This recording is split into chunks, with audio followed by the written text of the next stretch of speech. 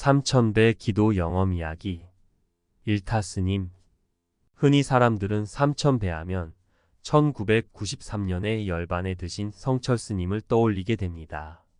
성철스님을 찾아 배우려면 부처님께 삼천배를 드려야 한다. 성철스님께서 삼천배를 시킨 까닭은 세 가지 이유에서입니다. 첫째, 부처님과의 인연을 맺기 위함이요. 둘째, 참회를 위함이요. 셋째, 청정한 마음으로 원력을 세우라는 것입니다. 저 법당에 복덕과 지혜를 구족하신 부처님이 계시지 않은가.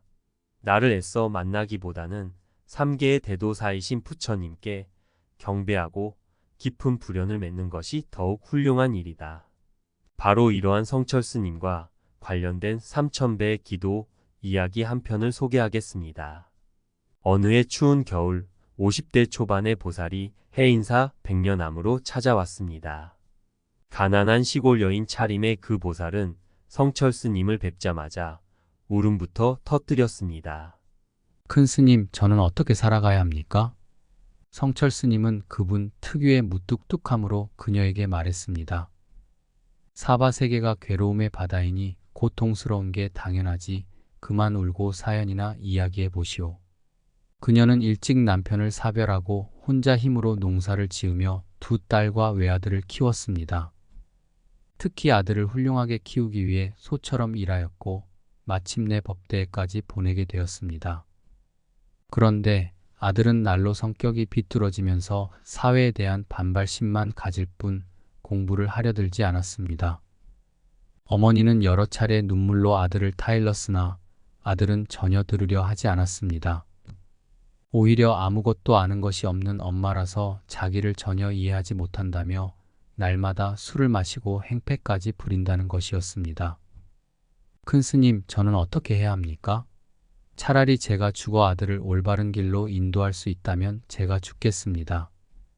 내가 시키는 대로 해보겠소? 그러면 보살의 뜻과 같이 될 것이오. 큰 스님, 정말입니까?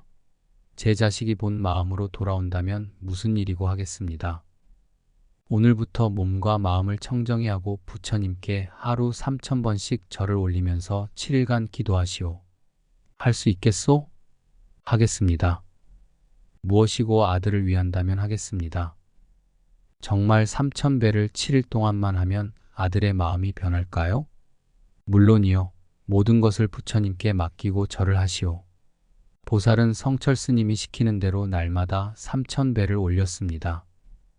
몸이 말할 수 없이 힘들고 고달팠지만 아들을 올바른 길로 인도하기 위하여 지성으로 절을 했습니다.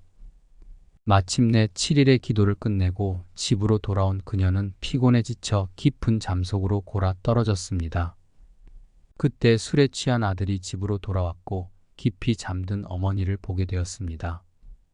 어머니의 무릎은 껍질이 벗겨졌고 피딱지가 앉아 있었습니다.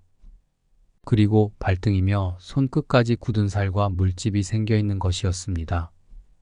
아들은 왠지 등골이 서늘해지는 느낌을 받았고 갑자기 어머니가 가엾다는 감정이 폭받치면서 생전 처음 걷잡을 수 없는 울음을 엉엉 터뜨렸습니다. 그는 울음소리에 놀라 깨어난 어머니에게 물었습니다. 어머니, 어쩌다 무릎이 이렇게 되었습니까? 어머니는 울고 있는 아들을 부여안고 함께 울음을 터뜨리며 까닭을 이야기하자 아들은 더욱 슬피 울며 말했습니다. 어머니, 이 불효자식을 용서해 주세요. 다음 날부터 아들은 전혀 다른 사람이 되어 있었습니다. 평소 함께 어울렸던 친구들도 멀리하고 오직 책하고만 씨름을 하는 것이었습니다. 2년이 지나 아들은 사법시험에 합격을 하였고 어머니는 백년암으로 달려가 성철스님께 눈물을 흘리며 이 기쁜 소식을 전했습니다. 얼마 전 나를 찾아온 신도에게 이 이야기를 하였더니 그 아들은 현재 서울고등법원의 부장판사로 재직하고 있고 어머니에 대한 효성이 아주 지극하다는 소식을 전해주었습니다. 동곡 일타 대종사. 2014년 1월 삼천배 기도를 아들과 함께 하였습니다. 불교를 좋아하지 않는 아들의 기도 동참은 저에게는 놀라운 일이며 이 또한 불보살의 값이라는 생각을 하게 됩니다. 지금 29세인 제 아들이 5세 때 삼천배기도를 한 적이 있습니다. 그 당시 저는 미련하게도 아들에게 무리하게 절을 강요하였고, 아들은 어렵게 3000배를 다하고 큰 스님께 불명과 원상, 화두를 받았지요. 이후 아들은 성장하면서 불교에 부정적인 반응을 보였고, 저는 유아교육 학업을 통해 알게 된 유아기 발달과 관련하여 생각해보면 불교에 대한 이유 없는 반감이 어린 나이에 저를 강요당한 힘들었던 감정의 표출임을, 참으로 어처구니 없었던 저의 행동이 아들에게 깊은 상처가 되었음을 참회하였습니다.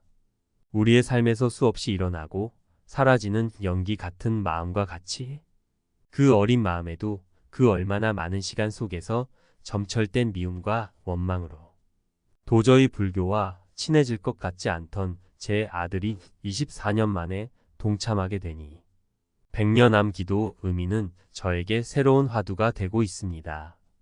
무릇 일상은 늘 자기 중심의 축으로 연결되어 가는 가운데서 나를 내려놓는 일을 그리 쉽지만은 않을 것입니다.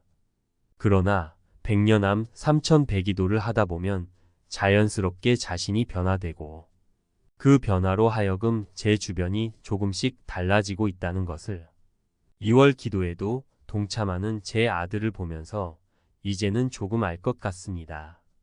저를 뒤돌아보고 제 주변을 이해하고자 굳이 애쓰지 않아도 기도하는 마음은 하루하루가 고유한 평화와 편안함 속에서 일상은 흐르는 물처럼 자연스럽게 흘러가는 것임을 느낄 수 있습니다. 백년암 기도는 3000번이나 반복해야 하는 오체투지를 통해 흘러내리는 땀방울로 오욕을 말끔히 닦아가는 대중기도의 원대한 에너지 파장을 놀랍도록 느끼게 됩니다. 우리 모두의 마음속에 세운 저마다의 소망을 성취하고자 발언하는 대중기도야 말로 반드시 이루어가는 무한한 긍정적인 힘의 원천인 것임을 이제 더는 의심하지 않아도 될 만큼의 세월과 기도를 통한 값진 경험들이 내 안에서 그윽한 향기가 되고 혼신의 힘을 다해 그 향기를 사르는데 정진하게 됩니다.